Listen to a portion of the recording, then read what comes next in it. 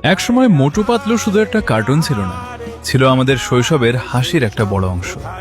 মোটু সমুচার জন্য সব সময় পাগল, আর সমুচা খেতে গিয়ে কত কাণ্ডই না ঘটাতো। পাতলু মোটুর সব কাণ্ড সামাল দেওয়ার চেষ্টা করত, বুদ্ধি দিয়ে বিপদ থেকে বের করে আনত।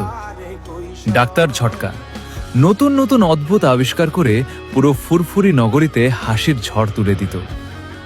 ঘুষিটারাম ২০ বছরের অভিজ্ঞতা নিয়ে মোটু পাতলুর সঙ্গে জড়িয়ে কত মজার আর হাস্যকর কাণ্ডই না ঘটাতো।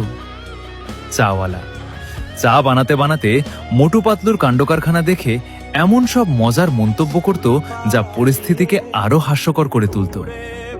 ইন্সপেক্টর চিঙ্গাম মোটু পাতলুকে ধরতে গিয়ে নিজেই যেসব কাণ্ড করত সেগুলো ছিল আলাদা বিনোদন। জন দ্য ডন নিজের দাপট দেখাতে গিয়ে মোটু পাতলুর সঙ্গে যেসব ঝামেলায় জড়াতো সেগুলোও ছিল আমাদের হাসির বড় কারণ। আজ আমরা বড় হয়ে গেছি। সেই সমুচা, সেই দৌড়ঝাঁপ, সেই পাগলামি আর সেই চরিত্রগুলোর কাণ্ডকারখানা সবকিছুই এখন শুধু স্মৃতি। মোটু পাতলুর সেই দিনগুলো আমরা হয়তো ভুলে গেছি, কিন্তু আমাদের শৈশবের সেই হাসিগুলো, সেই পাগলামিগুলো আজও মনের কোথাও বেঁচে আছে।